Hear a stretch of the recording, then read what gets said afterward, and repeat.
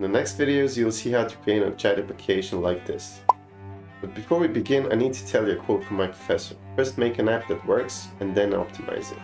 Which from my personal experience came out to be true. Let's imagine you had 24 hours to finish a project, and you spend the first 20 hours optimizing something. And that's great, but now you're left with 4 hours to finish the whole project. If the app is not finished or is bad, was it worth optimizing it?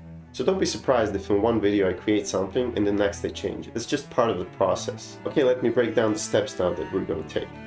First step, the UI.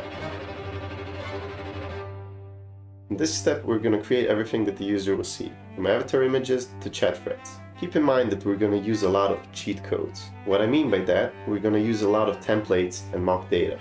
Because remember, we're still in the pure QML phase. When the C++ part comes, we're going to use some real data. And with that said, step 2, C++. In order to have a functional app, we need to include C++ also. First, we're going to create some base structure with some models, and later when we introduce some logic, we're going to introduce also controllers and some libraries. Step 3, server communication.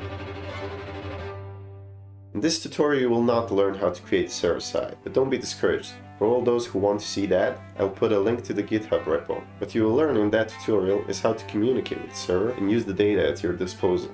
And that's it. My goal in this tutorial is not to show you how to create a chat application. It's to show you how to use the atomic parts that we created until now and make something bigger. After that, only your imagination is the limit. And I would like to give a shout out to the people who helped me on this project. The idea for the design was from Juan, a UI designer I found on Instagram. He allowed me to copy some elements and use them in our app. The server side will be done by Milos Mihic, a former colleague of mine that will put his talents to the test on this project. As I said, the server side Git will be linked in the description when that part comes. Now if you want to see the actual tutorial, click the next video.